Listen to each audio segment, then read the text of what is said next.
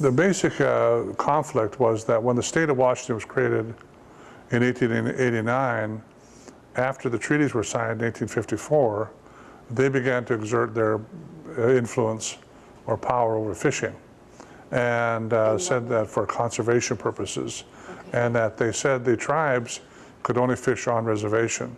In other words, just the reservation borders. And that did not make any sense because the fish don't know anything about the borders. They're swimming out to the ocean and back. And Professor Johnson from the UW School of Law wrote an article at one point outlining how the fish migrate from streams and rivers out to the ocean and return. And that Puget Sound tribes are at a disadvantage because a lot of the fishery is taken before they get back to Puget Sound. And then therefore the tribes were fishing where they could catch the fish, but the state of Washington was saying, no, you can't do that.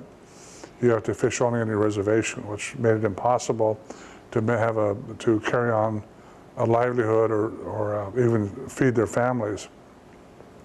So in the case of U.S. versus Washington, Dr. Barbara Lane was the anthropologist who did research on the case, and she pointed out that all these tribes, at least 14 first tribes in the case, had usual and accustomed fishing grounds, and those fishing grounds were marked out. She had labeled them, she marked them where they were, and therefore when they won the case, that became part of the